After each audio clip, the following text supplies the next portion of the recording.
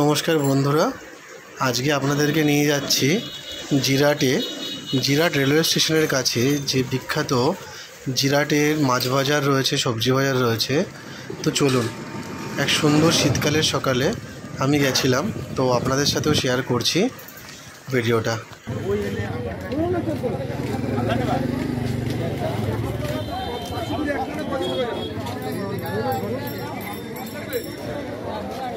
চিংড়ি আছে, দেখেছো?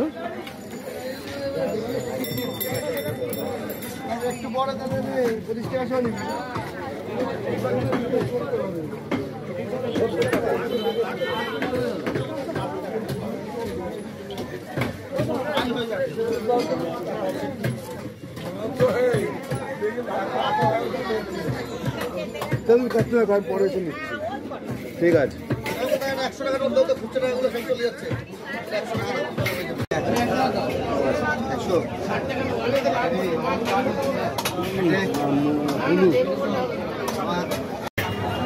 710